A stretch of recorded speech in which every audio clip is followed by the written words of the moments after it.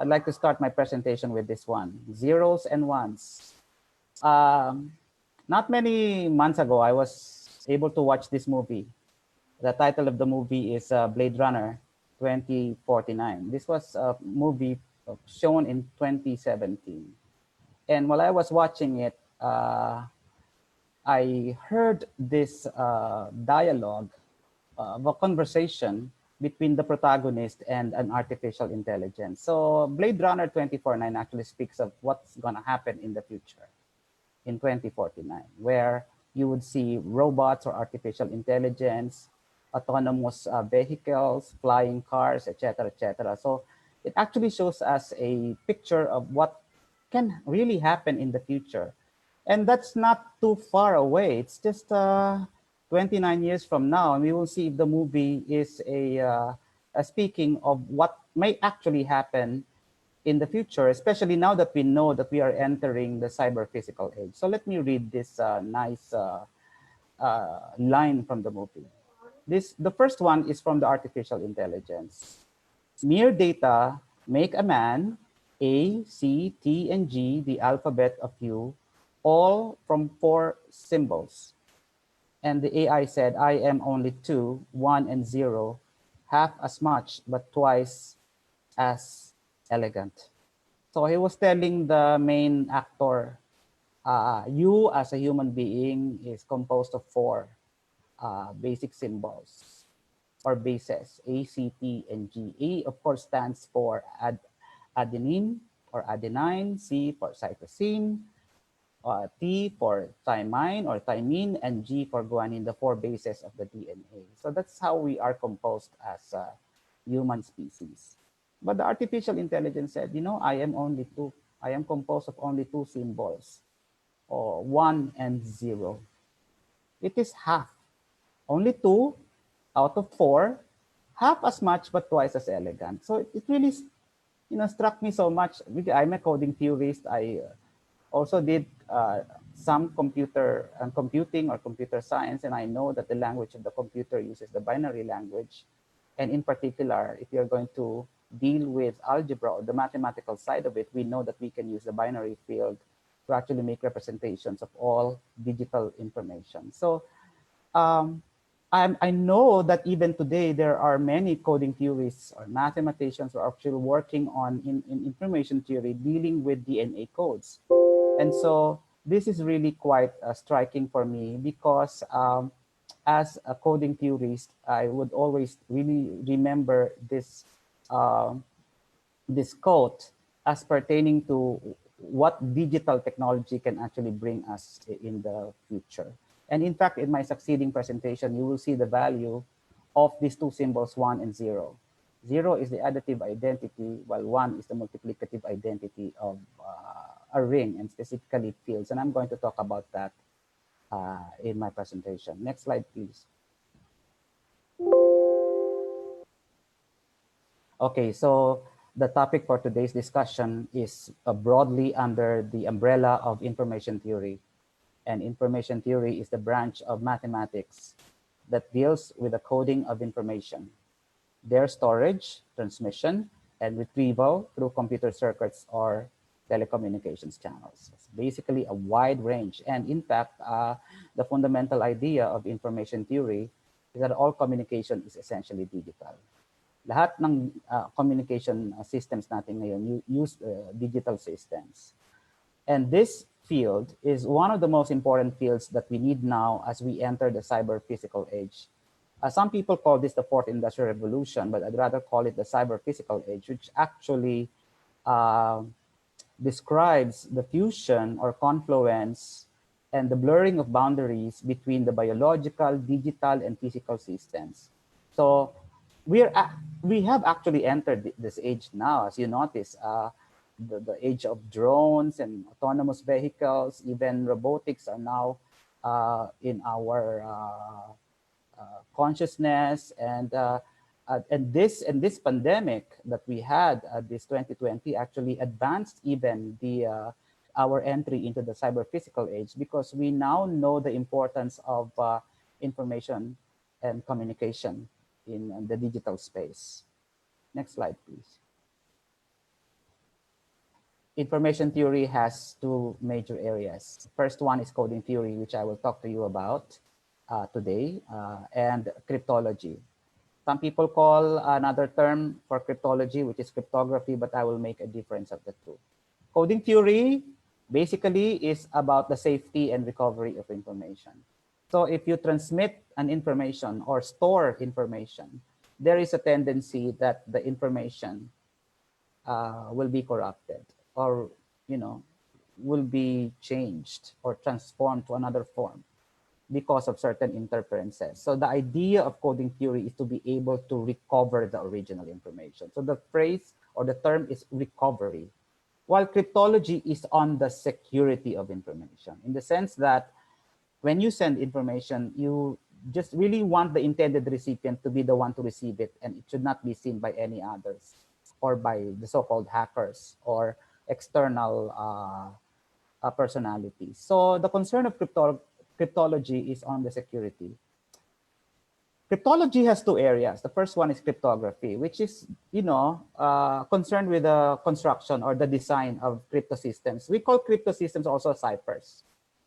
And cryptanalysis is the breaking of the cipher, which means you decipher the message without prior detailed knowledge of the crypto system. So me, as a coding theorist, I make a distinction between a code and a cipher. So mamaya, I explain ko sa inyo what a code is, but in this particular case for cryptology, a cipher is actually a crypto system. I'm not going to go, unfortunately, into the details of what constitutes a crypto system, but basically it just requires a space from which you will get your information, a system of encryption, a key function, and a system of decryption functions, and so on. So there must be encryption and decryption that happens in a crypto system.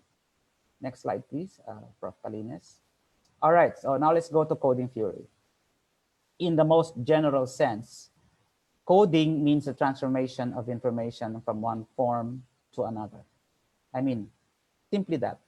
If I have, let's say, the three letters MSP, which stands for Mathematical Society of the Philippines, for example, that's the original message. And you want to transform it to something else, let's say in digital form, let's say 1101.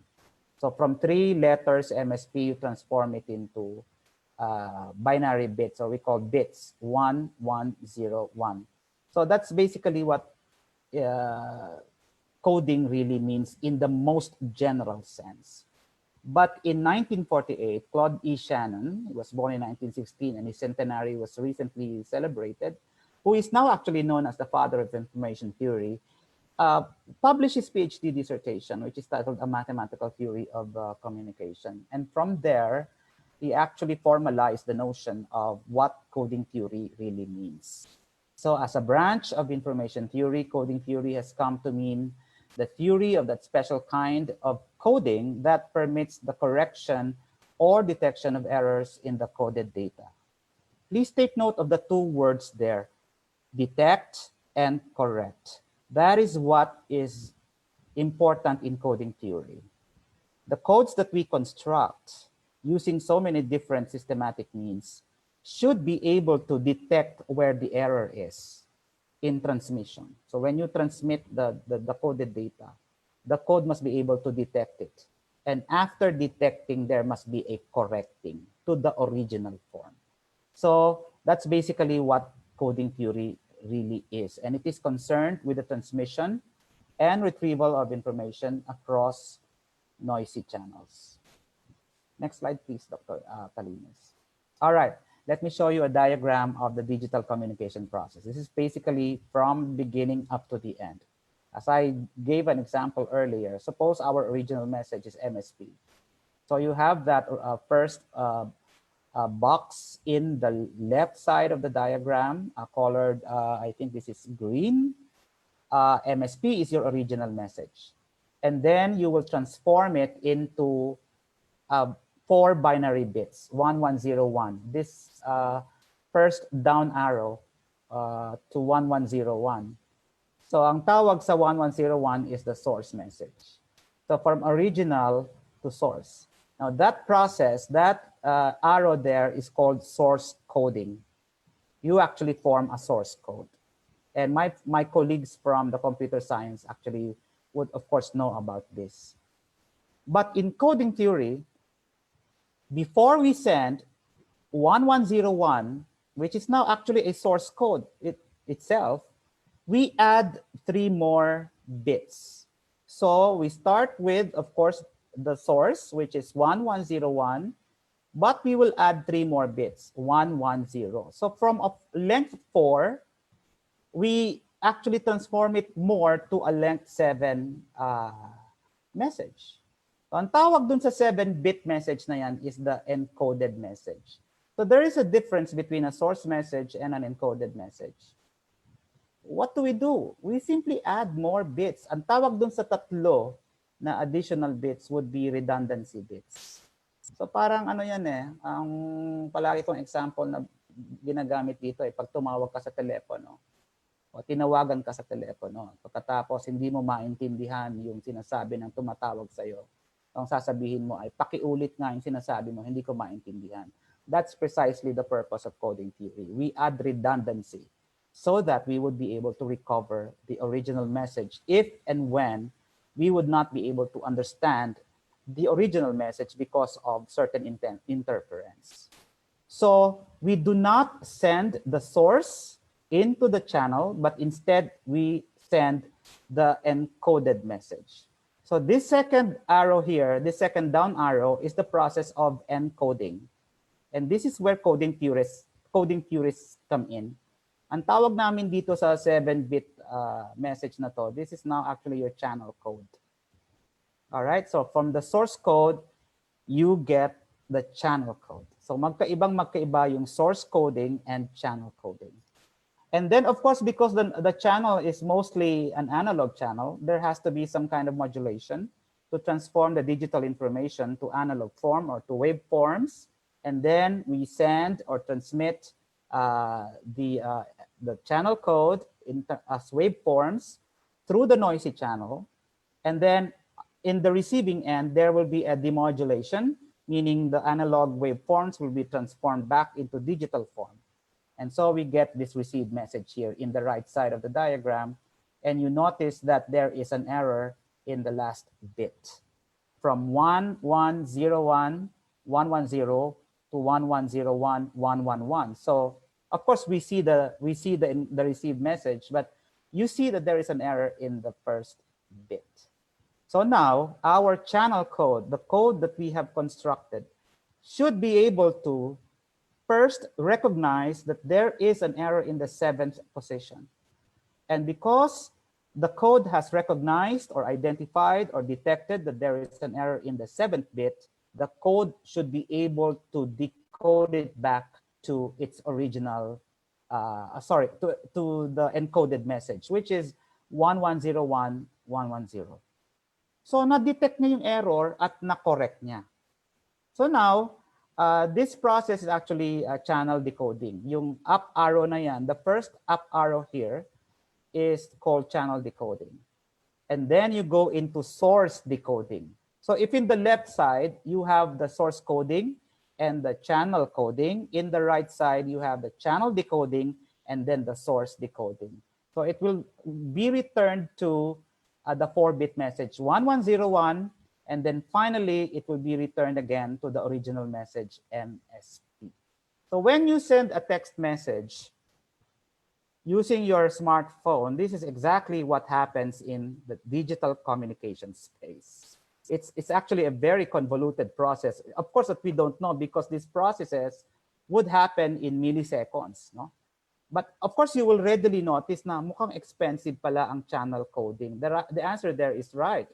Because you add 3 more bits to every source code, to every source message, you add 3 bits every time. So you're actually adding to memory, and of course to the difficulty of sending the information, because it's actually a larger information. It actually also costs a lot of money, but nevertheless, many telecommunications companies would still go for channel codes because of the benefit that it gives to the stakeholders. Next slide, please.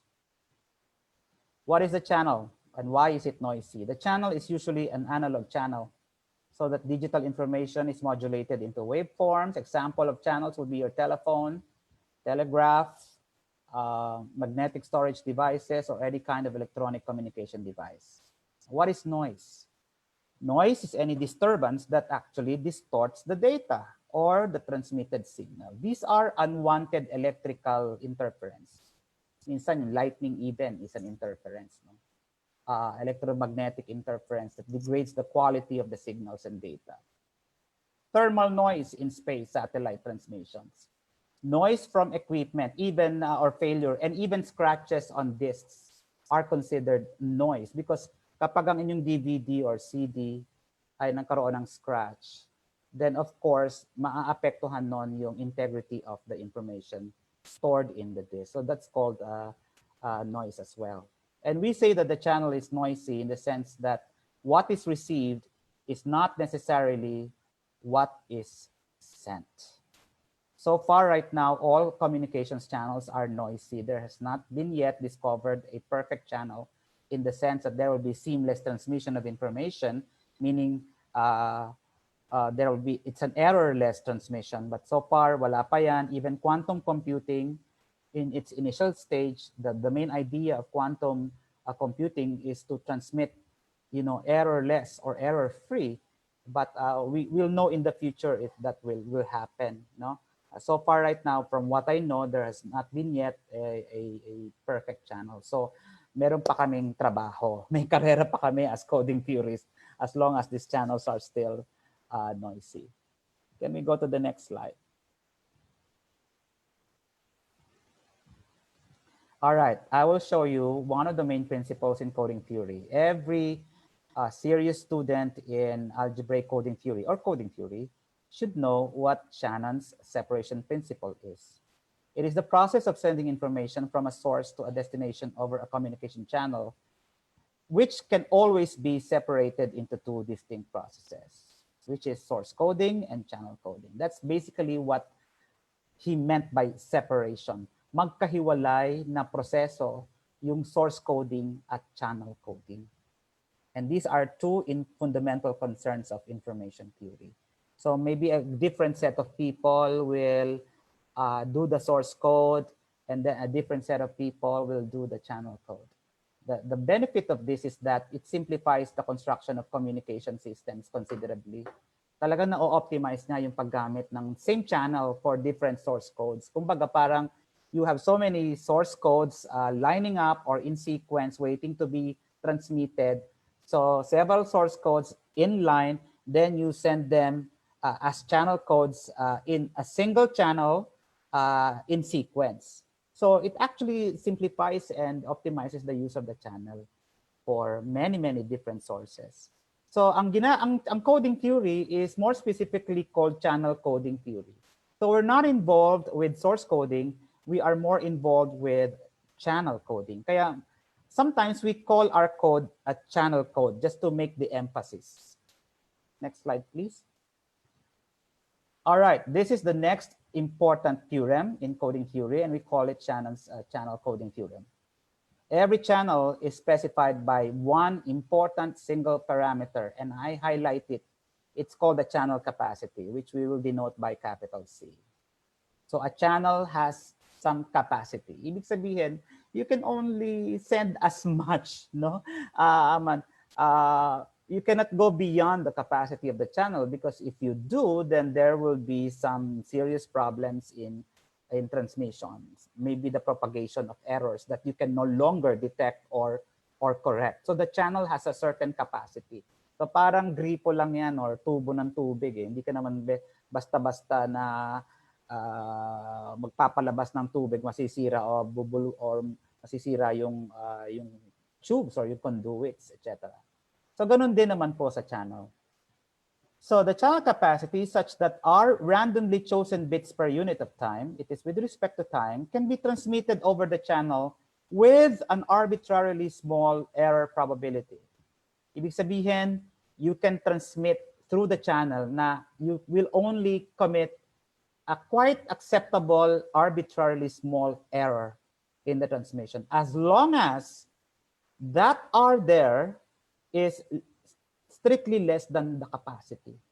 So R is actually called the rate of the code, or the data transmission rate. You will see that at the bottom of the slide.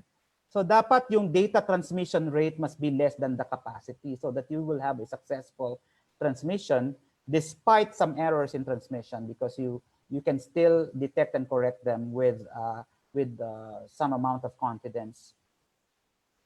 Okay, so the error probability is the probability P, I denote it by P, such that given a received code word, the decoded output of that code word is in error. So that's the error probability. And in what we have studied, the channel capacity can actually be expressed as a function of the error probability. And I give it here. It's basically just written in terms of the logarithmic function.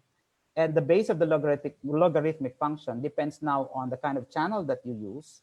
It will be log base 2 if you're using a binary channel, or it can be changed to another base depending, especially if you change also the size of your alphabet or the size of your field in particular. So your channel capacity is a function of the error probability, and this channel capacity is of course related to what we call the entropy function. But I'm not going to go into the detailed discussion of the entropy function, except that I would like to show you that's basically really just a simple logarithmic function. And I have one undergraduate student that I requested to actually sketch the graph of this and get the maximum, etc., the range and the domain and so on and so forth. So it was really just a simple mathematical graphical analysis. Next slide, please. So ano pong ibig sabihin ng Shannon's channel coding theorem? This implies that an arbitrarily reliable communication is possible as long as the rate that you chose is below the channel capacity. This is the most important consideration for coding theorists. When we construct a code, we make sure that the rate that we select, because it is by election actually, we determine the rate of a code. I will show you later how to actually determine the rate of a code. By construction, you will define the rate of the code. And you have to make sure that your chosen rate must be less than the channel capacity. The theorem shows in a non-constructive way that good codes exist, so that the reliability of the received information depends entirely on how the information is encoded. So dito po ninyo makikita yung importance ng encoding, because it is in the encoding process that you actually determine the rate. In the diagram that I showed you earlier, the rate there is 4/7. Because you started with the source message of 4 bits and then you transform it into a channel code, a message of 7 bits. The rate there is 4/7. And that is by choice. You would probably have asked, sir, why did you add 3? Why not 2, or why not 1, or why not more than 7 or 8? That is by choice. And the rate, you will find out later, will have something to do with the error correcting ability of the code. We choose the rate, and eventually, immediately, we would know how many errors can be detected and corrected. I will show you the theorem about that. So determining how good the best codes are, determining for which channels a certain code is a good code, and constructing this code so that relatively simple but efficient encoding and decoding algorithms are required have been the main subject of interest in coding theory. The channel coding theorem does not give you how to construct these codes, but it gives you hints on how to, but it tells you that good codes in fact exist. And that is the challenge on our part. We have to deal, for us to say that our code is good, we have to deal with the encoding process. Is it a simple algorithm? Does it require a lot of computing algorithms or power? How about our decoding algorithms, and so on and so forth? So we have to consider all of these things. But in this presentation, I will focus more on the encoding process. Next slide, please. All right, I'm going to give you an example of a channel, a communication channel. We call it the binary symmetric channel, or BSC for short. One of the simplest channels. Wala po siyang memory, it has no memory, and it receives and transmits only two symbols, 0 and 1. The binary symmetric channel has the property that with probability Q, a transmitted digit will be received correctly. And so the probability that it will not be received correctly would be 1 minus Q, and we will denote that by P, the error probability. So for this example, let's just, for presentation, assume that the Q is 0.9 and that P is 0.1 in the binary symmetric channel. So what is the probability that if we send only the source message, yung 4 na bits lang, what is the probability that it will be transmitted correctly without any channel coding? Of course, the probability is Q raised to 4, Q times Q times Q times Q. The probability that it will be correct in the first position is Q, in the second position is Q, in the third position is Q, in the fourth position is Q, and so that's 0.9 raised to 4. Well, the probability is 0.6561 or 65.61%. So there's a possibility that it will be transmitted incorrectly, na mga 0.3 something. Okay, let's go to the next slide. However, if we use a rate 4/7 code, like my example in the diagram, the source code, the source message has length 4, while the channel code has length 7. So we call it a rate 4/7 code. In fact, friends and colleagues, my example here is the Hamming code, the binary Hamming code. Later on, I will show you the generator of the binary Hamming code. But the binary Hamming code is a 4/7 code. And so therefore, we can compute, given the rate, later on that number 4, which is the length of the source code, we will denote that by the parameter K, while the length of the channel code, we will denote that by the parameter N. So it's a K over N. And by knowing what the value of K and what the value of N would be, we would be able to know exactly how many errors the code can correct. And in this particular example, it can correct only 1 error.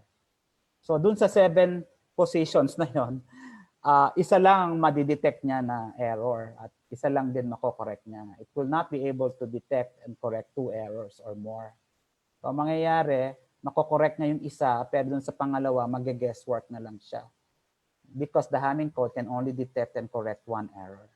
So therefore, of course, we want a code that corrects more errors, right?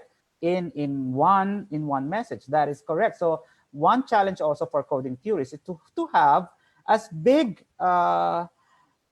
number of errors that can be corrected, and that has something to do with the distance of the code, which I will tell you later. So what is the probability of decoding a 7-digit message correctly? So the first one is Q to the 7, which gives you, when there is no error. So lahat tama yung 7, so that's Q to the 7. Then you add the probability that there is 1 error. So sa 7 position, so first position up to the 7. So there are 7 positions. So there is 7 there.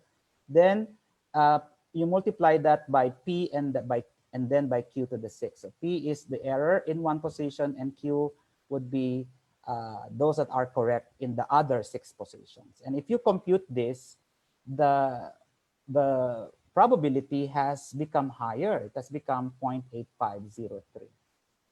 Tumaas siya from 0.65 now to 0.85. That's the advantage of channel coding.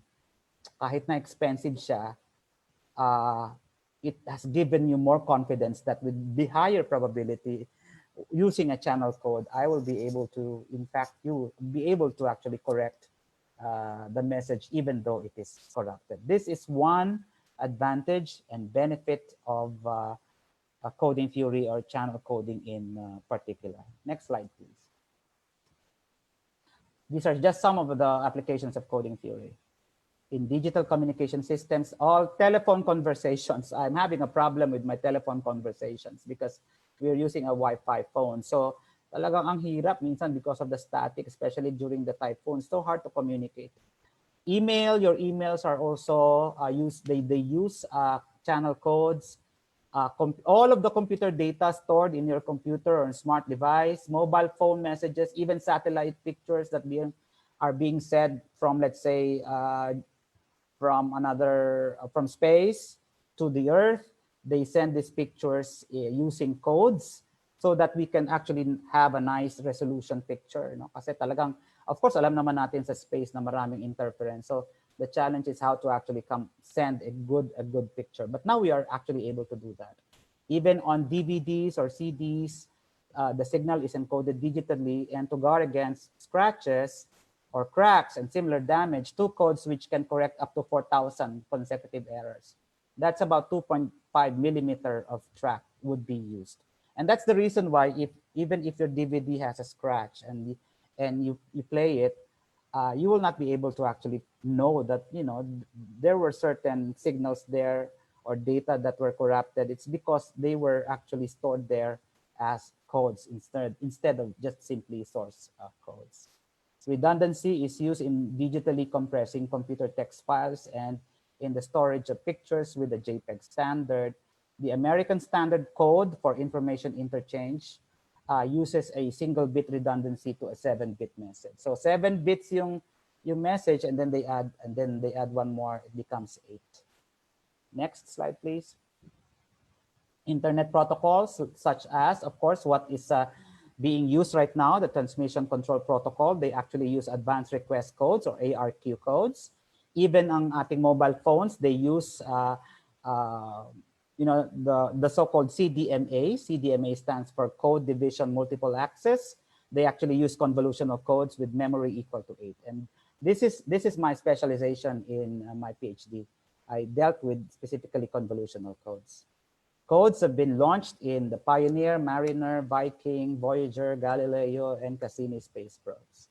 And the applications of coding theory actually extend to statistics, cryptography, and many areas of pure mathematics and theoretical computer science.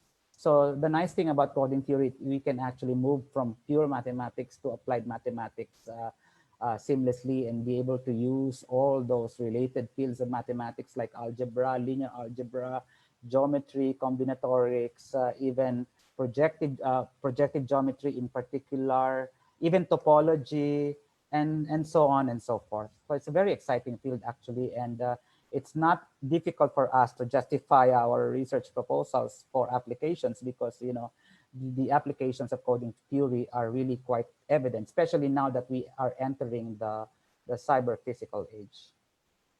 Next, please. Okay, so now let's go to algebraic coding theory. Well, of course, the term is algebraic, meaning we will use the tools of mathematics.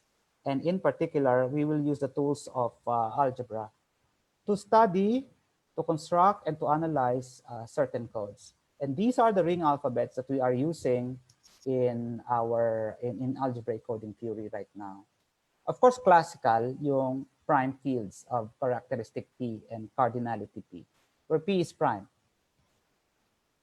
Example of this, of course, is the binary field.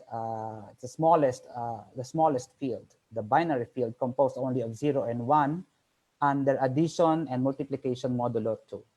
So of course we have F3, F4, and so on and so forth. So ang tawag, F3, F2, F5, F7, F11, and so on.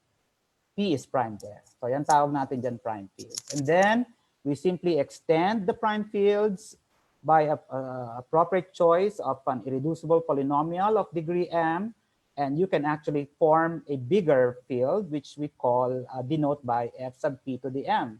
M there is the degree of the irreducible polynomial. Ang characteristic niya is still p, meaning it still uses the operations in the prime field, but then again, it has become a larger field. The cardinality is now p to the m. And in fact, f sub p is a subfield of f sub p to the m, and f sub p to the m is called the Galois field extension of f sub p. Then the third would be the residue class ring of integers modulo p to the r, where still p is prime, r is a positive integer. These are the remainders when you divide the integers by p to the r. So tawag doon residues or residue class rings. ZP to the R is not necessarily, of course, a field. In fact, it may have zero divisors in it. Not all the non-zero elements of ZP to the R are units. Then we go to Galois rings, which I will explain in more detail later. We denote it by GR, P to the RM. The characteristic is P to the R, and the cardinality is P to the RM. The Galois ring is the extension of ZP to the R. If Fp to the M is the extension of F sub P as a field, then GRP to the Rn is the extension of ZP to the R as a ring. So this is now the major change in the construction of extensions from field extensions to ring extensions. But you will find out later that there are nice analogies between these two constructions of extensions. Later on, I will show that to you. Then finally, we also deal with finite Frobenius rings, which would include matrix rings, of course, which are non-commutative rings in general. Next slide, please. All right. This is now the transition in the study of codes, algebraic codes, from fields to rings. Before 1994, all mathematicians and all coding theorists have been dealing with codes over fields, like the prime fields and the other fields. But most of these are finite fields. But in 1994, codes over rings have received much attention when Hammonds, Kumar, Calderbach, Sloan, and Soleil. Soleil is my PhD supervisor. They discovered that certain very good but peculiar binary nonlinear codes can be viewed as images under an isometric mapping of linear codes over Z4. And actually, the function or the mapping, the isometry is very, very simple, and it's given down below. And we call it the gray map. I denote it by phi from Z4 to F2 cross F2. Additively, we know that Z4 is cyclic, but F2 cross F2 additively is called the Klein-4 group, and it is not cyclic. But you have this mapping from Z4 to F2 cross F2. Of course, we can also define ring structures to Z4 and F2 cross F2 later. But look at the map. It's actually really very simple. The elements of Z4 are 0 to 3. F2 cross F2 are just simply all those possible ordered pairs over F2. Okay, and wonderfully, using this map, they are now able to actually study codes over F2, or what we call binary codes, in terms of codes over Z4. So you can start with a code over Z4, and then use this mapping, this gray map, to convert that code over Z4 to a code over F2 of double length. Kasi, syempre, alam naman natin na dodoble yung length, no? From 1 to 2. So this is an ingenious way of actually studying binary codes. Some of them are nonlinear in terms of linear codes over Z4 through this gray isometry. So this paper of theirs in 1994 actually received the prize paper in coding theory or information theory in general. And in fact, this paved the way for the transition or the change in direction of the study of codes from just simply codes over fields to codes over rings. Next slide, please. And then as years went by, the gray map has been generalized in 1996 to ZP squared by Nechaev and his colleagues. P is still prime there, to Z2 to the R by Claude Carlet in 1998, and then to chain rings in 1999 by Grefferath and Smith. Of course, since Galois rings are chain rings, kasama na rin dito yun sa nagawa na rin nila, na-solve na rin nila yung mga isometries for the Galois ring. So the gray map is a very nice way of constructing nonlinear codes over fields from linear codes over rings. So in our cluster, what we do is exactly the same. We deal with other finite rings, and you will see some of them later. And then transform them into codes over fields using a certain kind of isometry similar to the gray map. Next slide, please. Okay, if you're going to ask me, Sir, what are the important mathematical concepts that I need to know in order to start working in coding theory, in algebraic coding theory in particular? Of course, I've been talking about rings. So you have to at least have a basic notion of what rings are. And the definition is given here.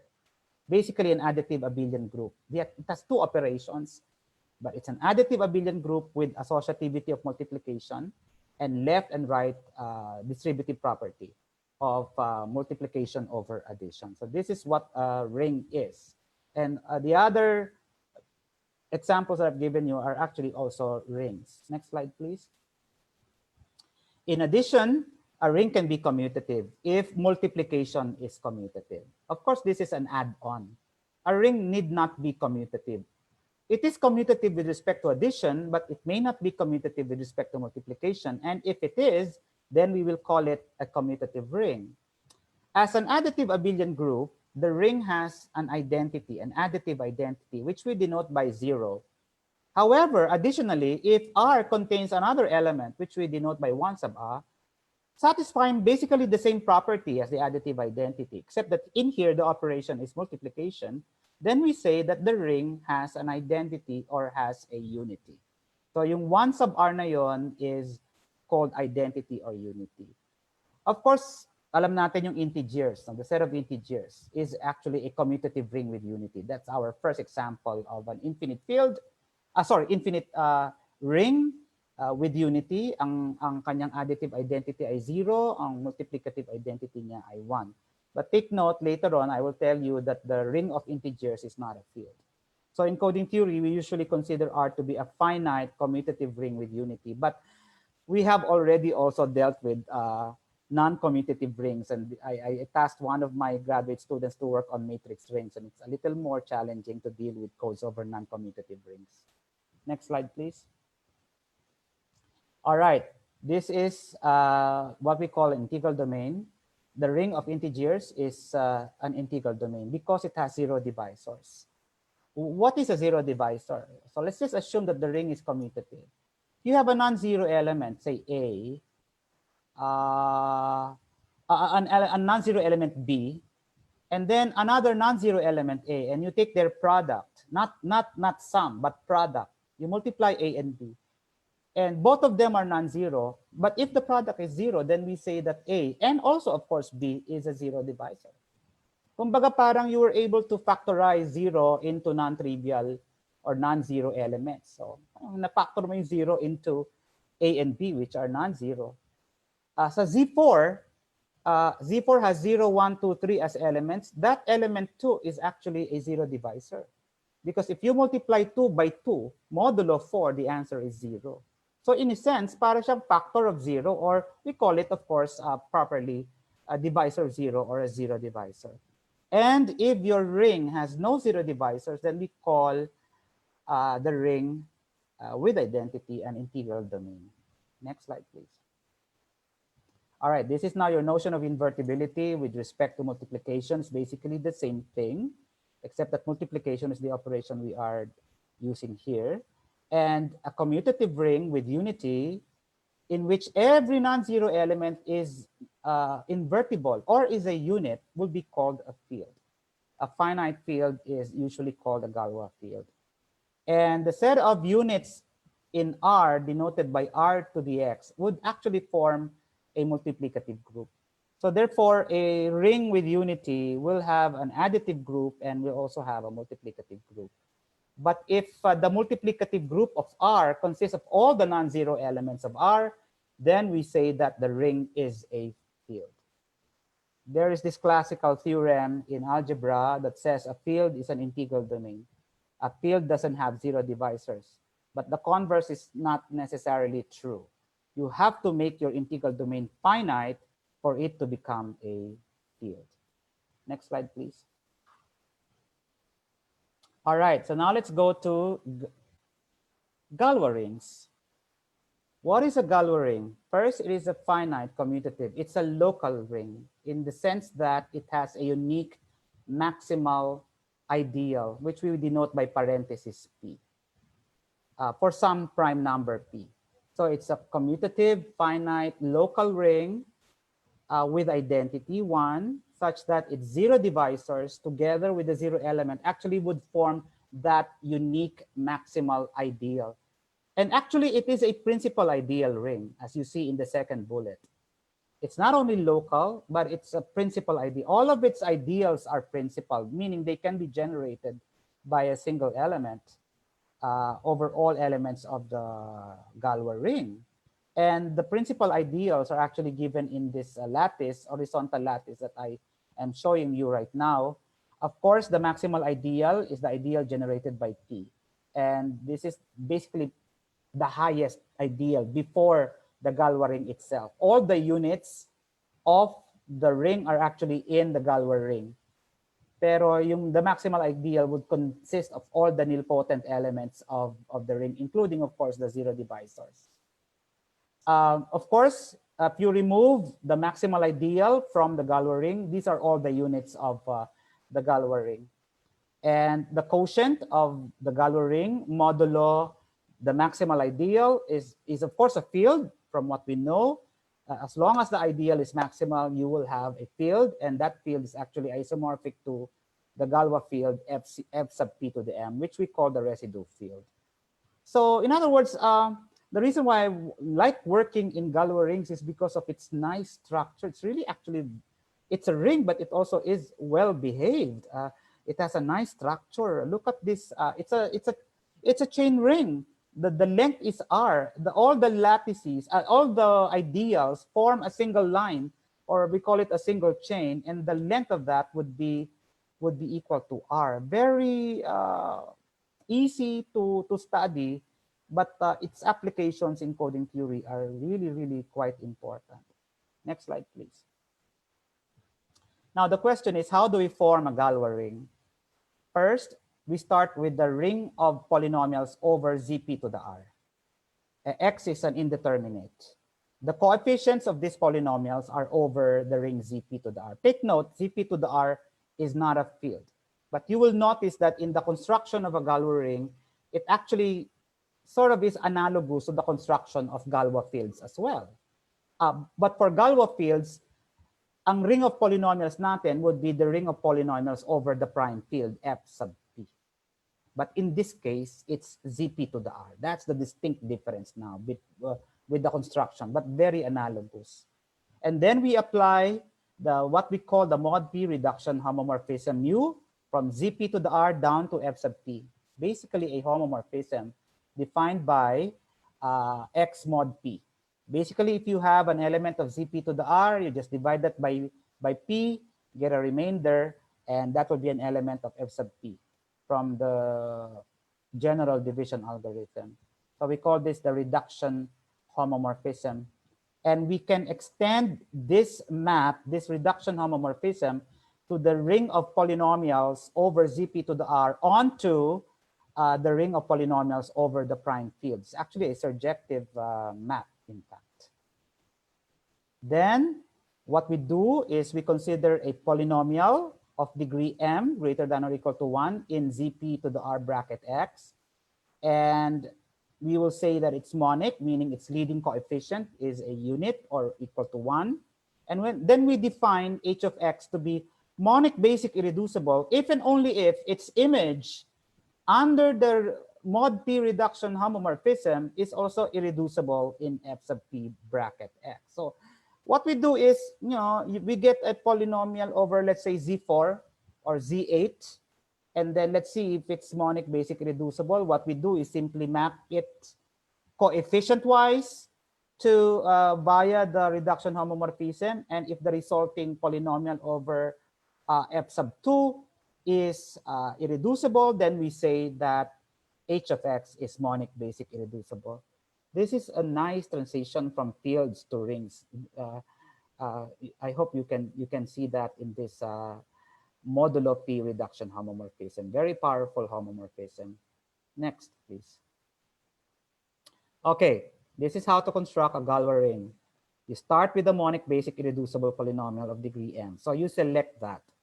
Okay, you select the degree. All right. Then you get the ideal generated by h of x, by that polynomial. All right. Now, although our polynomial is irreducible, of course, the ideal generated by h of x need not be maximal. So R, the quotient there, need not actually be a field. All right. So the quotient there is not necessarily a field. So just get the quotient of the ring of polynomials over Zp to the R modulo the ideal generated by h of x. Then that is actually your Galois ring now. And the Galois ring will have characteristic p to the R, meaning it extends or it applies the operations in Zp to the R. It's still modulo p to the R, both additively and multiplicatively, but its cardinality has been increased to p to the R m. Originally, Zp to the R has cardinality p to the R, but the Galois ring has cardinality p to the R m. Okay, but notice that the quotient has been constructed in the same manner as we do construct Galois rings, Galois fields. Let me restate what I said. This R here is not necessarily a field because of the property of Zp to the R bracket x. All right, because Zp to the R bracket x may not all of the elements here, of course, there are some zero divisors in this ring. Okay, so that makes the construction a little different because the polynomial ring would also have zero divisors in them. So the quotient that you construct is not necessarily a field, unlike in FP bracket x. So FP bracket x is an integral domain. It doesn't have zero divisors, and the ideal generated by h of x is maximal. So what you construct as a quotient becomes a field, but it's different in Galois rings. Our Galois ring, so it's kind of difficult to write the elements of Galois rings as cosets in this quotient ring. But so therefore, we are able to actually, coding theorists before and algebraists before had made this isomorphism that, in fact, the Galois ring, this quotient ring, is isomorphic to Cp to the R bracket omega, where omega is the root of h of x. Okay, just get a root of h of x, which is not in Zp to the R, and you can actually now express the elements of the Galois ring as in terms of omega, just like a polynomial of degree at most n minus 1. Look at that. Because of this Galois extension, you can write the elements of the Galois ring something like a polynomial. The coefficients are from Zp to the R, and the indeterminate is omega, and its degree is at most m minus 1. This is called the additive representation of elements of the Galois ring. Next, please. All right. There is a theorem in Galois ring theory that any two Galois rings with the same characteristic and the same cardinality are isomorphic. And so we just use that notation, GR p to the Rm, for Galois ring of such characteristic and cardinality. If m is equal to 1, we go back to Zp to the R. The Zp to the R is a Galois ring in itself. If R is equal to 1, then we have GRP to the P comma M, and that actually is the residue field F sub P to the M. So all finite fields and all rings of the form Zp to the R are Galois rings. Now, a Galois ring is a free module of rank M. It can have a basis of M elements over Zp to the R. So you can consider it as a module over Zp to the R. One basis is what we call the polynomial basis, which is given above. 1 omega, omega squared, up to omega to the m minus 1. So we call this the polynomial basis. The nice thing about Galois rings is that they satisfy the invariant dimension property or invariant rank property, in the sense that any other basis of the Galois ring would also have the same number of elements. But this is not true in general for modules over a ring. Next slide, please. Now let's go to Frobenius rings. All right. let's start with the finite commutative ring with identity not equal to the zero element. And let's consider this multiplicative group of complex numbers whose magnitude is equal to 1. So para silang circle, unit circle sa complex plane. The modulus is equal to 1 there. And of course, we can express them in terms of the Euler identity, e to the I theta. But this multiplicative group is actually a one-dimensional complex torus, topologically speaking. So it has a nice structure as well. So now what we do is to form this mapping from the finite commutative ring to the complex torus, to the one-dimensional complex torus from R to T. And if this mapping is a group homomorphism, take note that R is a group, an additive group, and T is a multiplicative group. So this is from addition to multiplication. But if you have a homomorphic property for this mapping, then we say that the mapping is a character of R. And what you do is simply collect the set of all characters of R, and wonderfully, these characters will form a module, which we denote by R hat, and we call it the character module. And this character will be called a generating character if and only if the kernel of the character does not contain any non-zero ideal. There are various definitions of generating character, but for the purpose of this presentation, I chose, for me, the easiest one, probably the easiest one. All you have to do is to get the kernel of this homomorphism and see whether or not it contains a non-zero ideal. If it doesn't contain a non-zero ideal, then the character will be called a generating character. Next, please. And so we say that our ring is Frobenius if it actually admits a generating character. If you can just find one generating character, then the ring is Frobenius. And that is equivalent to saying that the ring R is isomorphic to its character modules as R modules. Of course, we can consider the ring R as a module over itself as well. An example of Frobenius rings would be Z sub M, where M is any positive integer. The character is given there. Take any element of Z sub M, and you just map it to E to the 2 pi ix all over M. So talagang importante po yung parameter na capital M, which is the size of the ring. That's the character for Z sub M. So Z sub M is a Frobenius ring. It's a generating character. Galois rings are also Frobenius rings. The character is given there. So it's psi raised to a sub m minus 1. That a sub m minus 1 is the last coefficient, the leading coefficient of the additive representation of a Galois ring element for Z, which is Z. So just get that. But of course, psi is going to be equal to e to the 2 pi I all over p to the r, much like the same as for Z sub m, except that we still need to use the last coefficient, the leading coefficient of the Galois ring representation of the element. So Galois rings are also Frobenius. So lahat po ng binigay ko sa inyong examples, prime fields, Galois fields, Zp to the r, Galois rings, they are all Frobenius rings. And in fact, if the ring is Frobenius, then the matrix ring over that ring R is also going to be Frobenius. So note that we are here, we assume it to be commutative, but M and R is non-commutative. So this is now the transition from commutative to non-commutative, but nevertheless, the non-commutative ring of matrices, a square matrices of dimension n over the ring R will still be Frobenius. Next, please. Now, Frobenius rings are the most appropriate alphabet for coding theoretic purposes. It's for us the highest class of rings. It contains all the previous rings that we have been using. And also nicely because the extension theorem and McWilliams identity is generalized to Frobenius rings. And they are the most general class of rings that admit a homogeneous weight. Next, please.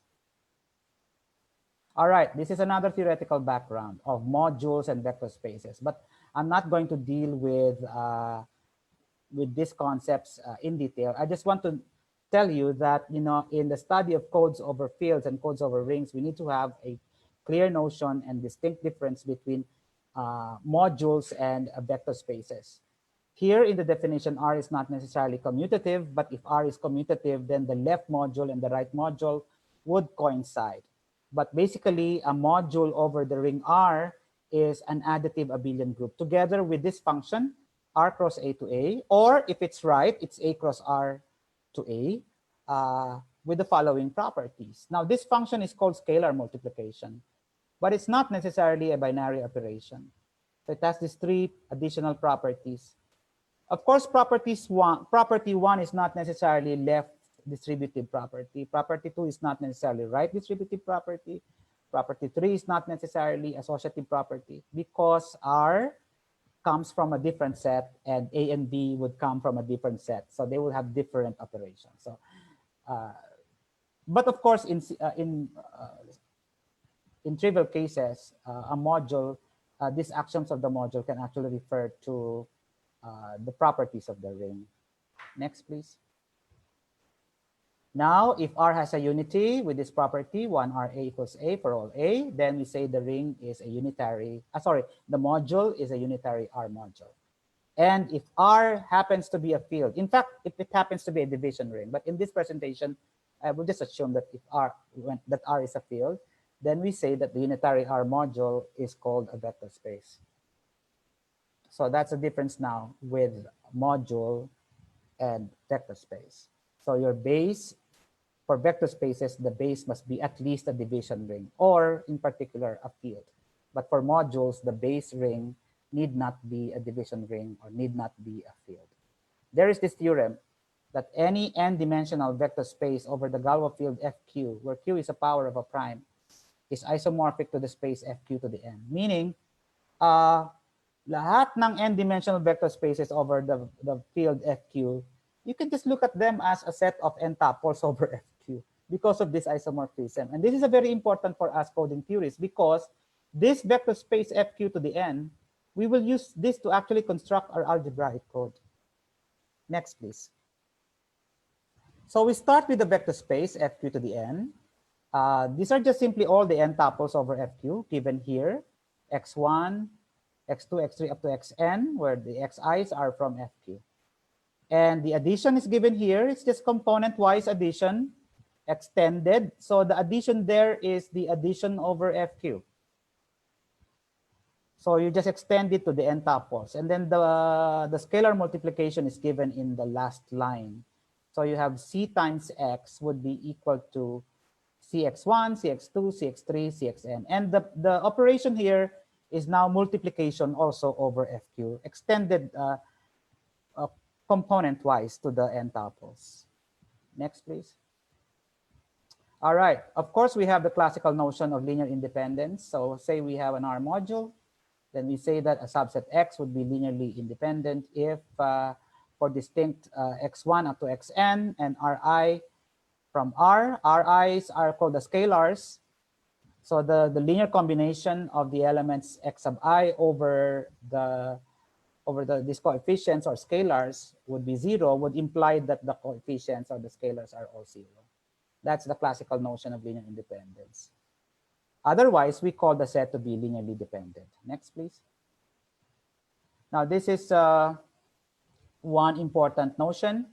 If A is generated as an R module by a set Y, then we say that Y spans A. And if A is unitary, then Y spans A if and only if every element X of A may be written as a linear combination. A linearly independent subset of A that spans A is going to be called a basis of A. So basically the same notion of linear combination. Next, please. All right, but this is now the striking difference between vector spaces and modules. A vector space over a field will always have a basis. And as I said earlier, the vector space will always satisfy the invariant dimension property in the sense that if another basis, if you get another basis, you are sure that it will have the same number of elements. However, a unitary module A over a ring, even with identity, may not have a basis. It actually may not have a basis. And if it does, then A is going to be called a free R module. And the basis is going to be called a free basis. That's the difference now between vector spaces and unitary modules. A unitary module need not have a basis. Okay, next slide, please. For submodules, it's the same situation. So we have the classical definition of submodule and subspaces, but I'd like to emphasize that a submodule, even of a free module over an arbitrary ring, need not be free. Kahit na yung module where it came from is free, meaning it has a linearly independent set of elements that span the module, even if it's free, a submodule need not be free. A submodule need not have a basis. However, a vector space over a field F is always a free F module. So meaning, kumuha ka ng subspace, makakakuha ka ng basis nun every time. But not true in the more general sense for modules over arbitrary rings. So for an arbitrary ring R with identity, two bases of a free R module need not have the same cardinality. So they don't have to satisfy the invariant dimension property or the invariant rank property. That actually makes the mathematics a little more difficult, to tell you frankly. However, for Galois rings, the nice thing, as I told you earlier, is that the Galois rings actually, as a Galois extension of ZP to the R, satisfies the invariant dimension property. It's because of ZP to the R, the base ring itself. But if the base ring is different, your basis may have different cardinalities. Next. Okay, now let's go to definition of linear block codes over fields. Okay, so we start with a finite field with prime characteristic P and cardinality P to the M given by Q. And then we consider the vector space, as I have earlier given to you. So take note, colleagues and friends. This is an algebraic construction of codes. In particular, we call them block codes. So quite, easy to follow.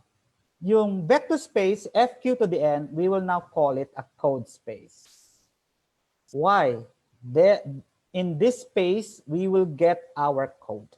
Our code is basically just going to be a non-empty subset of FQ to the N. Can you imagine that? So, halimbawa, F2 to the 7. So, F2 to the 7 has 2 to the 7 elements. So, is that 168, Dr. Palines? 2 to the 7. 168, no? Or 126. No. What is 2 to the 7? So, kukunti lang yun, no? Very finite yung number of elements ng vector space F2 to the 7. So, what you do is basically just get a non-empty subset of that. That non-empty subset need not have even the 0 vector in it. But if you just get a non-empty subset, you already have a block code, which we will denote by C. And its length is equal to N. N is the dimension of the code space.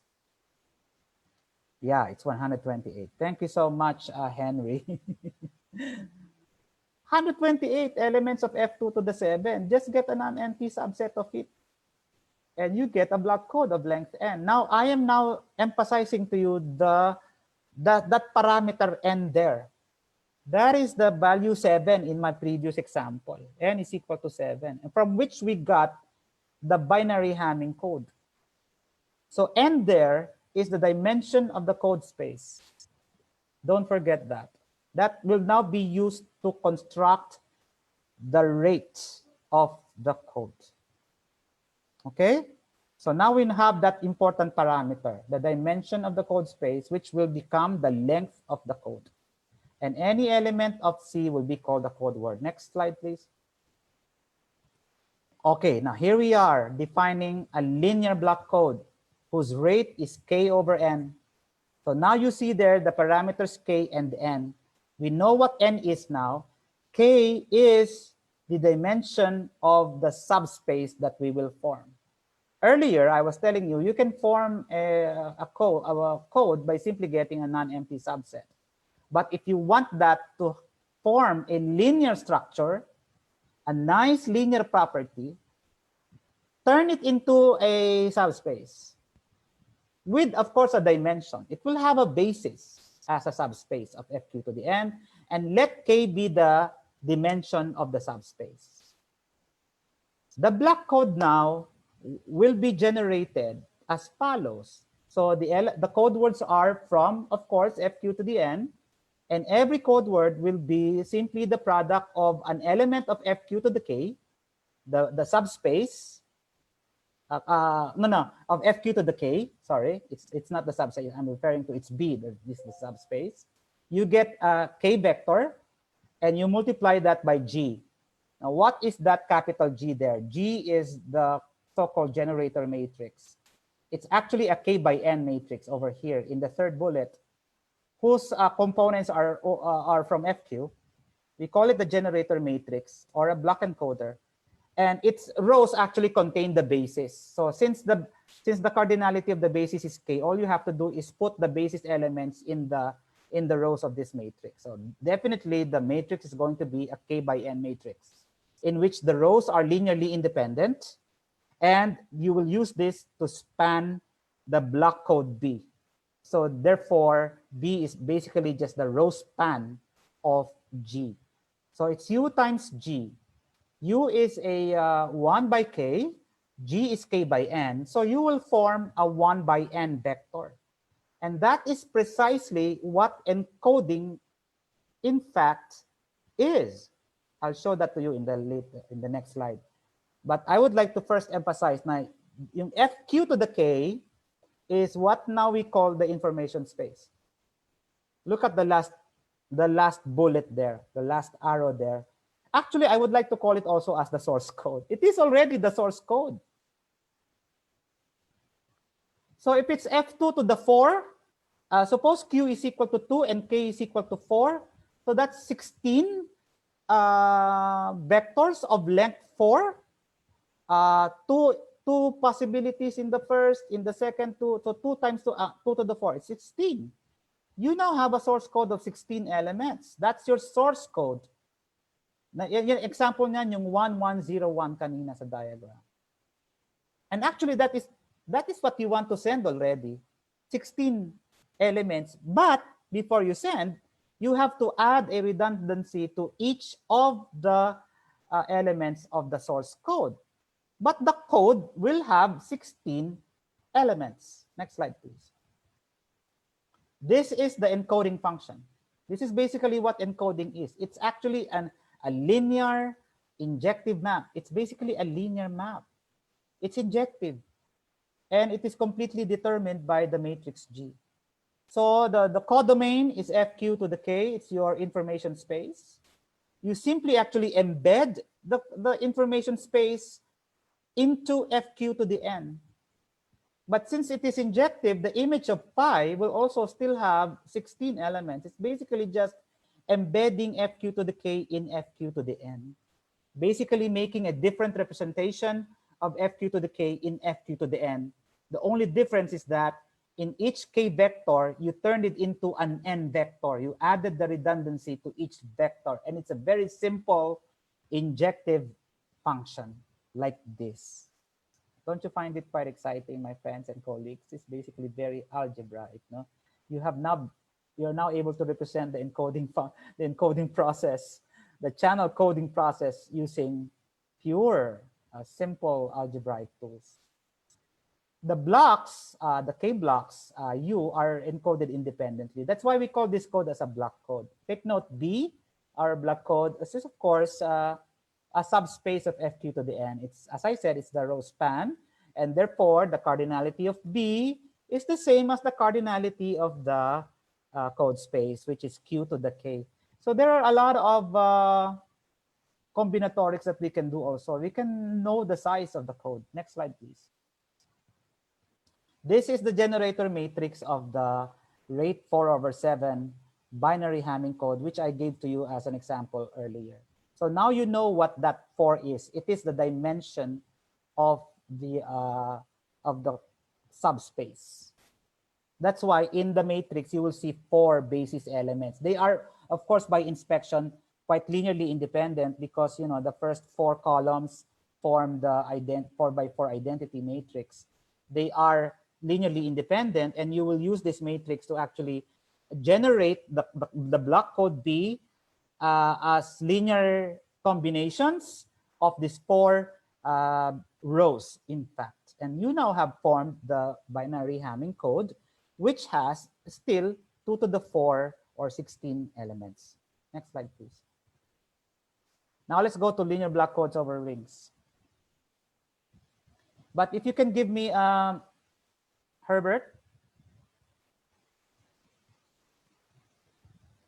can you give me a minute? Yes, sir. Yes, for sir. a break? Okay po. Okay, excuse me for now.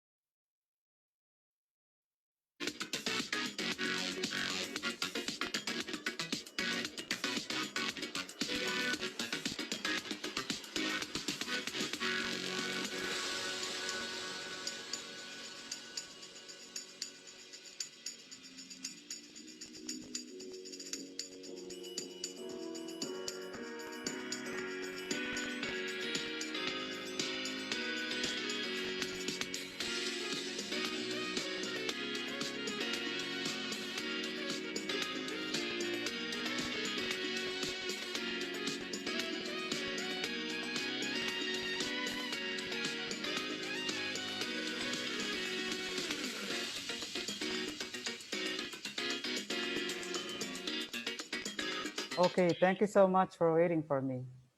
Now, please allow me to proceed. Now let's go to the definition of linear block codes over rings, the construction of block codes over rings. Earlier, I showed you the slide how to construct a block code over a field, F sub Q. This time, we use a ring to construct a code. So let R be a finite commutative ring with unity. Can you hear me okay, Prof. Palines? Yes, sir. It's clear. Okay, thank you so much. Now, analogously, a block code of length n over the ring is a non-empty subset of R to the n. So we consider still R to the n. All right. Now R to the n is basically the module consisting of all the n tuples of length, n tuples over R. And it has, of course, a basis. It's actually a free module. R to the n is itself a free module, as I said earlier. We can get, the easiest basis for that. And then we want to make the block code to be a linear block code. So we will impose that it should be an R submodule of R to the n. All right. So that makes it a linear code. It will be called linear if it is a submodule or a subspace earlier. So yung subspace property is the linear property because of the additive homomorphism. Take note that modules and vector spaces are basically additive abelian groups. So when you superimpose two elements together via addition, that is called the linear property.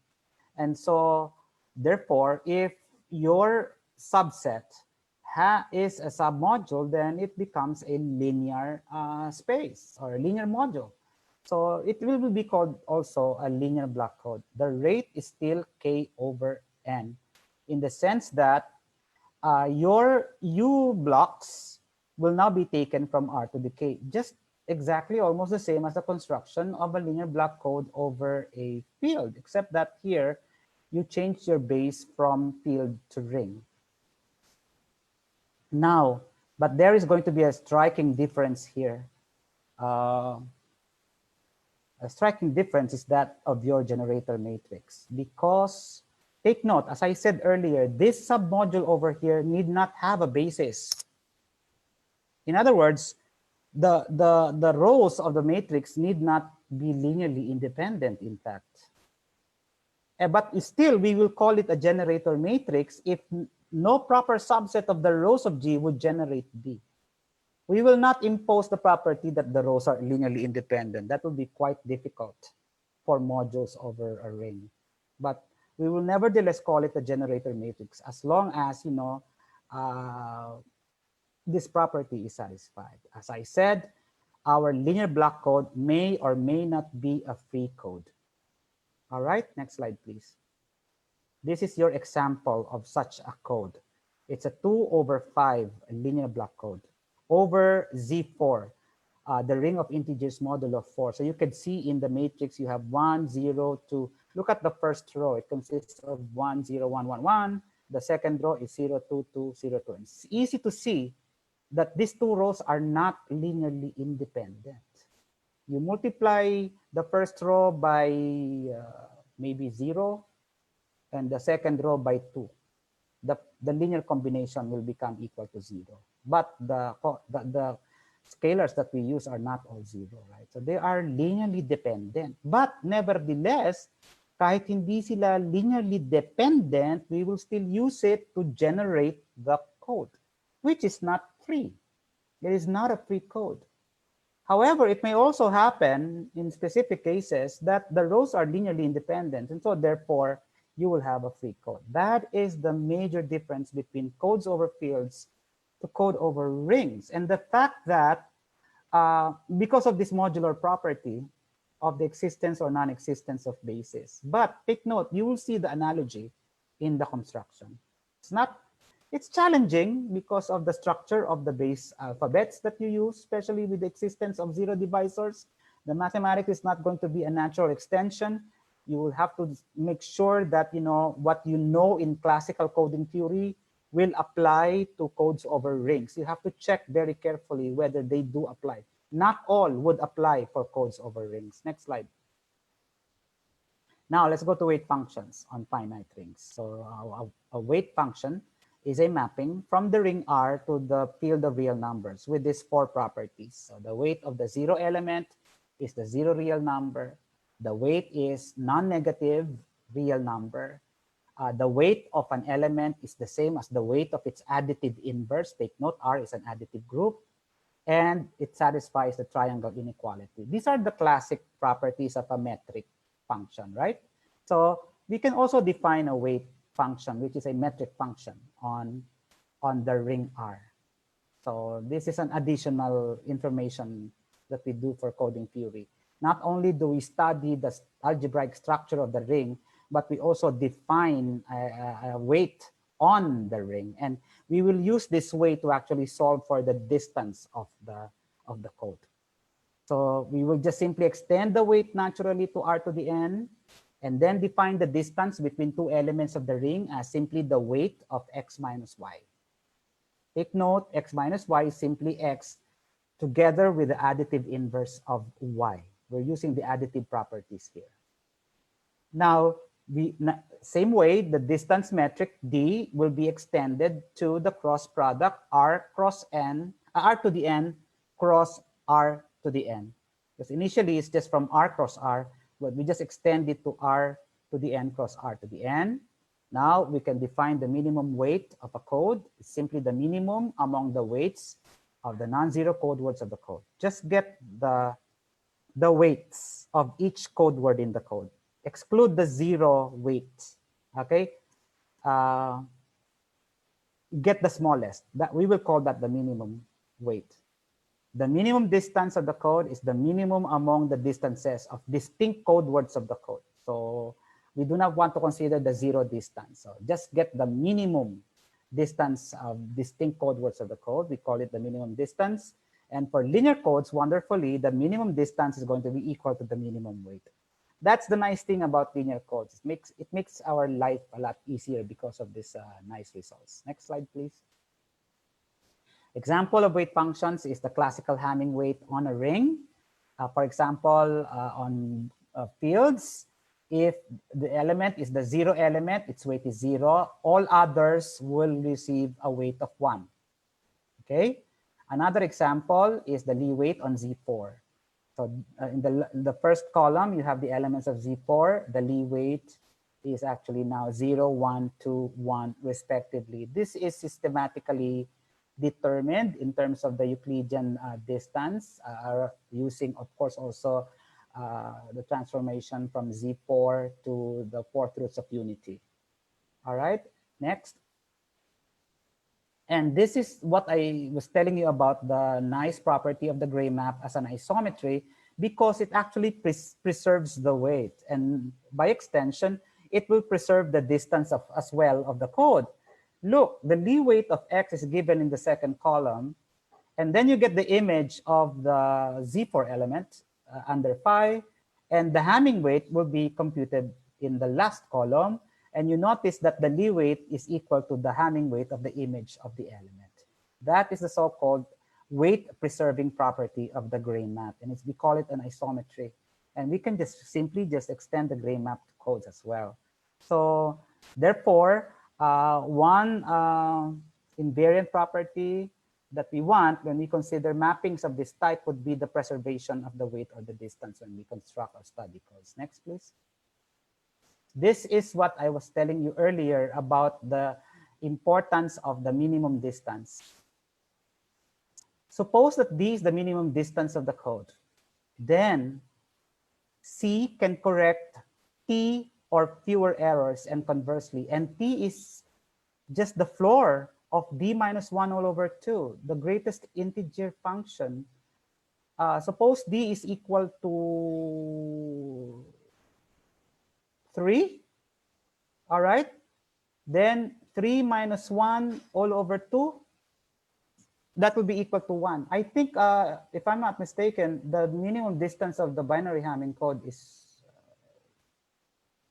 3. Is it 3 or 4? I think it's 3. All right. Nevertheless, either 3 or 4, you would still get 1 as the value of T. All right. So the error, oh, it's 3 according to Henry. Thank you, Henry. So the error correcting ability of the code, to know exactly how many errors your code can correct, you have to have a big value for the minimum distance, because the larger the distance, the more errors it can correct. So therefore, among codes of a fixed rate, the larger the distance, the more errors the code can correct. So that's how we actually evaluate the goodness of our code. Amongst codes of the same rate, K over N, we get the code with the biggest distance because it will correct more errors, in fact. This is a classical theorem in coding theory. Let A, Q, and D be the maximum number of code words in a block code C of length N over FQ and minimum distance D. Then the maximum number of code words is bounded above by Q raised to N minus D plus 1. So you can actually predetermine the maximum number. It will not go beyond Q to the N minus D plus 1. D is the distance, N is the length of the code. However, if C is linear with dimension K, then D is bounded above by N minus K plus 1. If C is linear with dimension K, your generator matrix has K rows, then the minimum distance is bounded above by N minus K plus 1. Now, look at your N. N is the length, K is the dimension of the code. And K and N also determines the rate of the code. The rate is equal to K over N. Therefore, the rate determines the minimum distance. It bounds the minimum distance. So the question is, how do you actually come up with a distance, it is on the proper choice of the rate for the code. The choice of k and the choice of n, which can be done quite algebraically.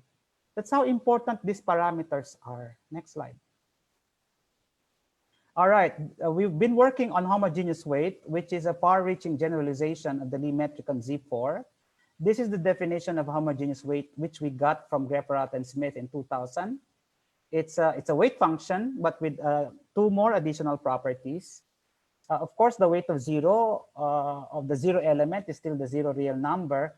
And additionally, number one, if two elements actually generate the same ideal, they should have the same weight. And in fact, these two elements would be associates of each other in specific cases. They should have the same weight. Associated elements should have the same weight. And secondly, there should exist a real number gamma greater than or equal to 0, such that if you get the sum of the weights of the elements of the ideal divided by the number of elements of the ideal, then that should be equal to gamma, and gamma should be constant. All right? So we call gamma the average value of the weight, and W is normalized if gamma is equal to 1. So we use the homogeneous weight actually to study also the goodness of our code. So I was told that I have a few more minutes. The schedule was up to 4:30. I was earlier intending to finish it by 4 p.m., but I'll try my best. But I think I still have a few more slides if you will allow me. Thank you for reminding me, Dr. Palinas. Next slide, please. All right, from Honold, 2001, this is the homogeneous weight on finite Frobenius rings. And it's basically given a nice expression for the homogeneous weight. You have to know the generating character chi, and the weight of an element is actually the this summation here applied on xu by chi, where u is a unit of the code. So R to the X is the group of units, unit of the ring. R to the X is the group of units of the ring. So you need the average value here. You need the cardinality of the group of units. And of course, you have to know the generating character. Next slide, please. Now, the closed form formula using Honold's expression, using that, we are able to actually get a closed form formula for the homogeneous weight of elements of Zp to the R. And it's actually completely determined by the minimal ideal. We call the ideal generated by P to the R minus 1 as the minimal ideal. This actually consists, So of course, if the element is 0, the weight is 0. But if it's in the minimal ideal except 0, then the weight is this, and other else, the weight is going to be this. The average value is given here. And you notice that if R here is equal to 1, then we go back to the Hamming weight on F sub P. Next, please. Okay, this is the homogeneous weight on the Galois ring. Almost similar to the homogeneous weight on Zp to the R, except that here you have now the parameter M, which is the degree of the monic irreducible polynomial that we started with. If R is equal to 1, then the homogeneous weight will become the Hamming weight on F sub P to the M. I have had several students actually computing, these homogeneous weights on specific rings using the Honold formula in terms of generating character. And it's actually quite tedious to tell you, in fact, before we were able to confirm and verify that indeed this is the closed form formula for the homogeneous weight. Next, please. All right, let's go to the P to the R array image of a Galois ring. So let's get a basis of the Galois ring denoted by beta sub M with M elements. And let's have a linear block code. And then what we did was to define another mapping. This time we call it tau from the Galois ring to Zp to the R to the M by this. In other words, since we know that the Galois ring element will have an additive representation given here, A0 beta 0 plus A1 beta 1, and so on up to A sub m minus 1 beta m minus 1. All we need to do is get the coefficients and form an M tuple. Very basic function. This we did in our 2000 paper with Patrick Soleil. And tau, we proved is a bijection, and it can be extended coordinate-wise to r to the n. And then what we do is we got the image of the given linear block code under tau, and it turns out to be just also a linear block code. Oh, but this time not over the Galois ring, but over the base ring Zp to the r of length m times n. So the length has been multiplied by m. All right. Next, please. And this is our paper with my undergraduate thesis student. We published this in 2018, that we were able to actually come up with the generator matrix for the image of the block code B. It actually is going to be determined, of course, by the given basis, but of course with the original matrix for the Galois ring. Next, please. All right, this is a key theorem that we used in our succeeding results. There's a story behind this theorem, but for lack of time, I'm not going to, because I'm sure I'm going to spend several minutes about this story. This is called the Plotkin bound. This was given proved in 2004. We also independently proved this bound, in fact, in 2004. Patrick and I was able to prove it, but they were the first ones to present it in a conference. So we would like to also recognize them. So we start with the finite Frobenius ring. Then W is a homogeneous weight defined on R. Gamma is the average. C is not necessarily linear block code of length n over R.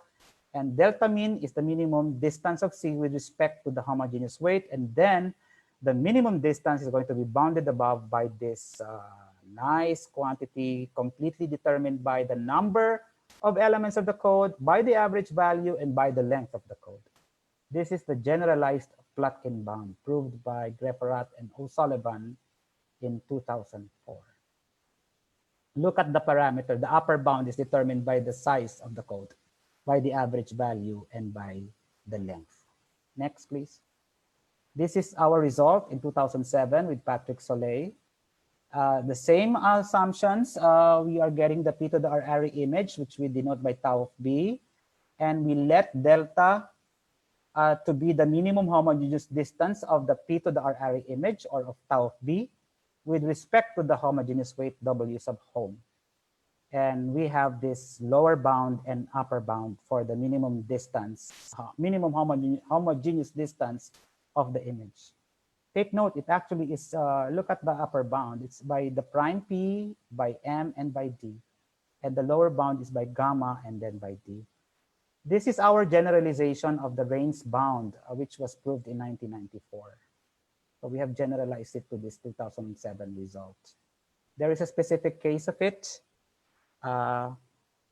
given below, but we say that our image, the image code is type alpha if and only if delta is P to the R minus 1 times the minimum distance of the image. Next, please. This is another result, one of my favorite results in 2007 with Patrick Soleil. Same assumptions, but this time we have to consider a subcode, which we denote by beta B sub x, generated by a code word x with Hamming weight D. So when we were trying to prove this theorem, we thought that we can easily generalize the result of this 1989 paper. But I found out that, I cannot make an easy extension of that theorem, and we have to use different ways of solving and coming up with a generalization of this bound.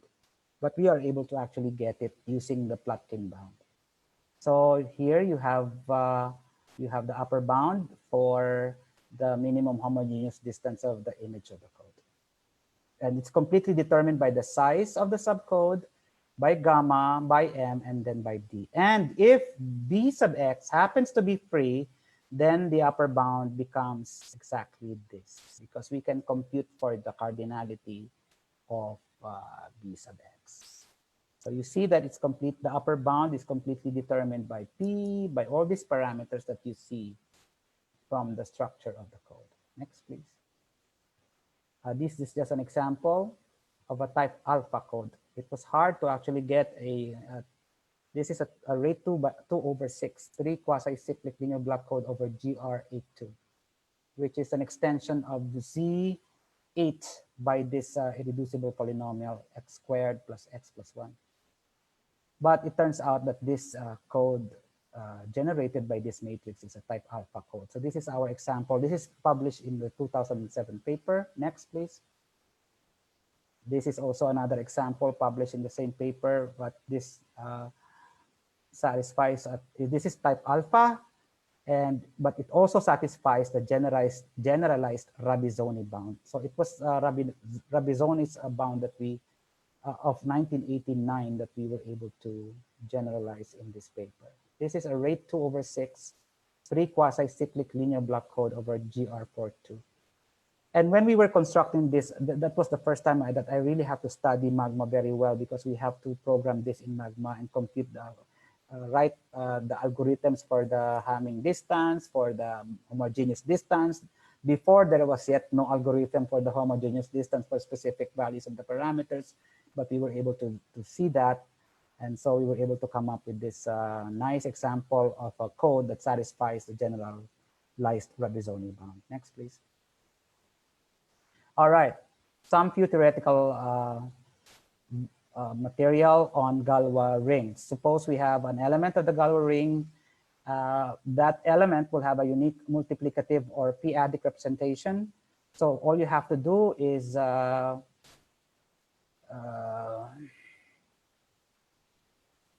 come up with this expression. All right, where the z sub i's are actually from the type Muller set. Type Muller set 0, 1, omega, omega squared, up to omega raised to p to the m minus 2. This is called the p-adic representation. And then we can define the generalized Frobenius automorphism on the Galois ring as follows. I used this exponential notation for f of z. I write it z to the f on purpose. But all you have to do is get the multiplicative or p-adic representation and then raise each z sub I to p. All right, just copy the p-adic representation and raise each z sub I to p. That's the generalized Frobenius automorphism. This is a generalization of the Frobenius automorphism for fields, in fact. Next, please. This is the so-called generalized trace map from the Galois ring down to zp to the r, and it's given by this function.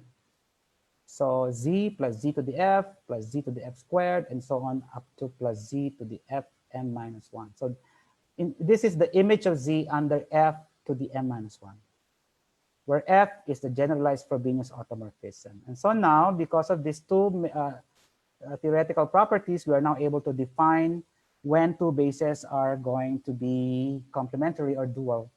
And the two bases, alpha I and beta j, would be complementary or dual if the trace of beta I, alpha j is delta sub ij, where delta sub ij is the Kronecker delta. So in other words, this is going to be equal to 1 if I is equal to j, but 0 otherwise. Next, please. This is the van der Monde determinant that we came up with. This was published in my most recent paper this year, 2020. I formed this matrix. Take note, in the first column is actually the polynomial basis of the Galois ring. And then I just applied the Frobenius automorphism on each of the elements of the basis, and then formed this, I think this is an m by m matrix. Yes, it's from m by m matrices, and we were able to prove that this matrix is non-singular. Next. And then we proved another matrix, this time for an arbitrary basis. In the first result, we used the polynomial basis. In the second result, we used an arbitrary basis, and we denoted this by omega. And we proved using the polynomial basis that this is also a non-singular matrix. So now this is what we call the automorphism matrix of the Galois ring. Simply because we have a basis and we have just applied the generalized automorphism, Frobenius automorphism. And we were able to prove that every basis of the Galois ring will have a unique dual basis. Next, please. I'm sorry, I will not be able to show you the proof of that. It will be in my 2020 paper, which I will show you later. And then we also have a definition of self-dual basis. A basis is self-dual if and only if the following condition follows. Of course, we just take this from the first definition of complementary basis. And then we also have normal basis of GRP to the Rm. It's given by alpha, alpha to the f, alpha to the f squared, up to alpha raised to fm minus 1. Where f is again the generalized Frobenius automorphism. So in this case, we say that alpha generates the beta j. And so we say that the basis is normal. Next, please. So this is our important results in the 2020 paper. We are able to say whether or not the basis is self-dual simply using the automorphism matrix omega. You can show that omega is orthogonal, then automatically the basis is self-dual. Also, the next result is for normal basis. Suppose omega is the automorphism matrix, then the basis is normal if and only if any two of these conditions are satisfied as well. And number two is when the automorphism matrix is a symmetric matrix. So in other words, it has turned into, modular properties, of course, but also just simply using the properties of square matrices. That's the nice thing about this. There's a lot of linear algebra involved in this result. Next, please. Okay, these are just examples. This is the polynomial basis for GR42, which is given by 1 omega. Omega is the root of 1 plus x squared.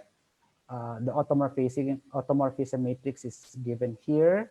The first column is the polynomial basis. And then we just apply the generalized automorphism matrix. We get the second column. Its determinant is 3 plus 2 omega, which is a unit in GR42. So therefore, it is invertible. So square matrices over a ring are invertible if and only if their determinant, the determinant is a unit in the ring. Then we just get the inverse. And so therefore, the dual of the polynomial basis is to be the first row. 3 plus omega, 1 plus 2 omega. So this is a nice way of getting the dual of a basis. Next, please. Okay, this is now for GR42 as well. We were able to get all the possible normal bases of GR42. There are 4 of them. And none of them are self-dual as seen in the table. But the dual of a normal basis is also normal. So it's like they just, we just permuted this normal basis, but we were able to show that there are only exactly 4 distinct normal bases of GR42. Of course, I and my student were able to write a Magma program to generate all of these. Next, please. This is for GR43. Okay, so GR43 are the elements are of the form a plus b omega plus c omega squared, where a, b, c are from the integer ring Z4. The polynomial basis would be 1 omega omega squared, where omega is the root of the polynomial x cubed plus 2x squared plus x minus 1 over Z4. Then we form the automorphism matrix nicely this way. The first column again is the polynomial basis.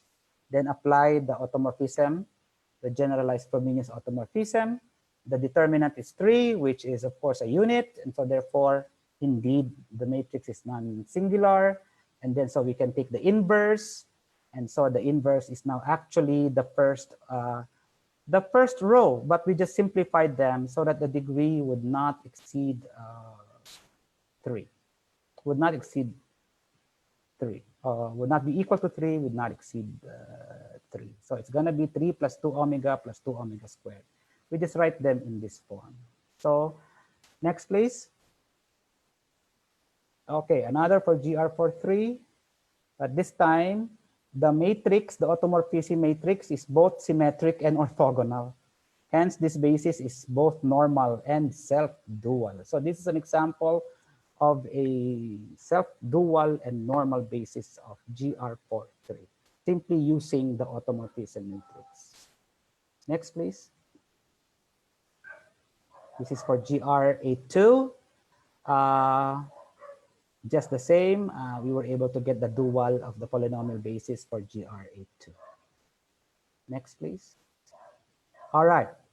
So I'm done with my presentation. But before I stop speaking and give the floor to the moderator, I just want to give you the papers related to what I presented to you. As I said, this is intended as a presentation of what our cluster, research cluster has been doing since the time that we started in 2005 up to the recent.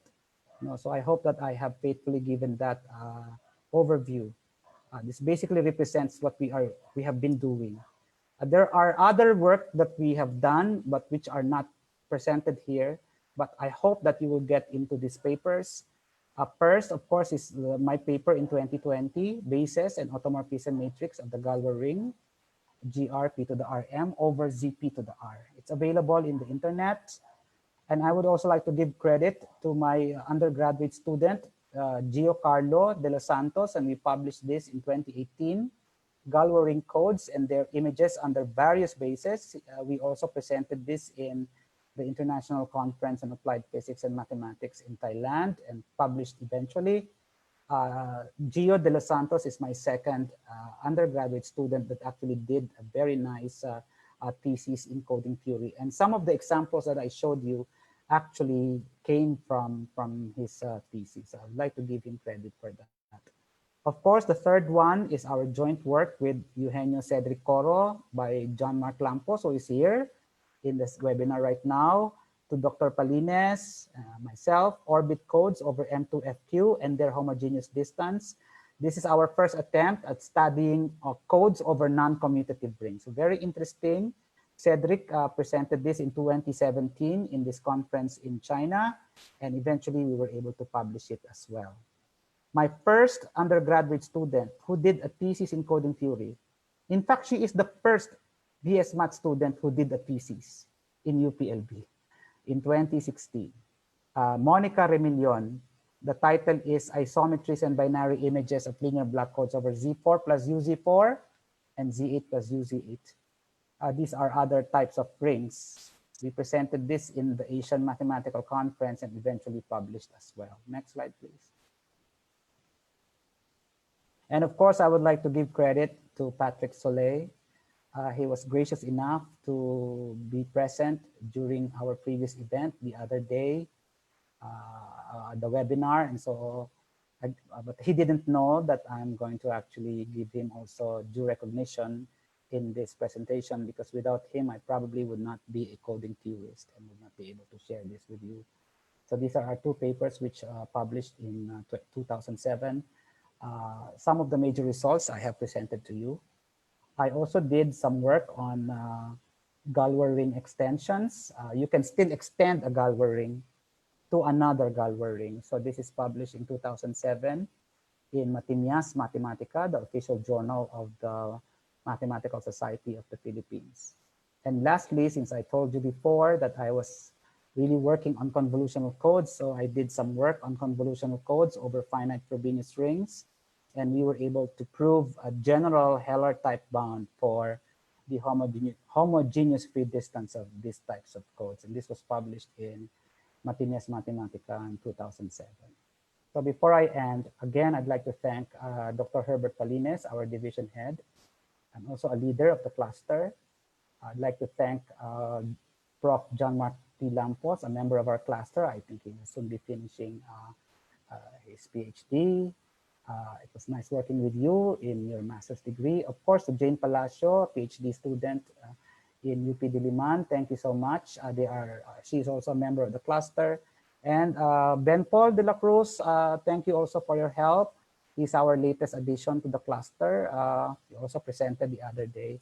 And of course, I'd like to thank the ITC for this presentation. And of course, I'd like to thank everyone who attended and who listened to me for more than 2 hours to make this presentation. I'm truly very indebted to you and very grateful. This is one of the satisfactions that we get as a mathematician when people would gladly listen to our mathematics. And I do really count this as pure joy and excitement when I'm given the opportunity to share my mathematics to you. And hopefully that you will also become interested and encouraged to pursue your research in this area that we are doing. You're most welcome to UPLB. You're most welcome to collaborate with us. My email is in this presentation. I think they will also flash it again if you want for us to have a discussion on other topics. So I'd like to thank you very much for your presence today. Thank you to the organizers. Thank you to our director, Dr. Edita C. Jose. Without her support, this would not have been possible just as well. So congratulations again to the 15 years of UPLB IMSP Coding Theory and Cryptography Research Cluster. I am very much assured that even if I retire from the university, there will be people like Jane and Herbert and Ben Paul and John Mark and all the others with us who will continue what we have started. They were with me from the very, very beginning. And I know and I'm very confident that they will continue the work of the cluster and hopefully bring coding theory and cryptography to a new aspect or to a new level of interest. So thank you. Maraming salamat sa inyong lahat.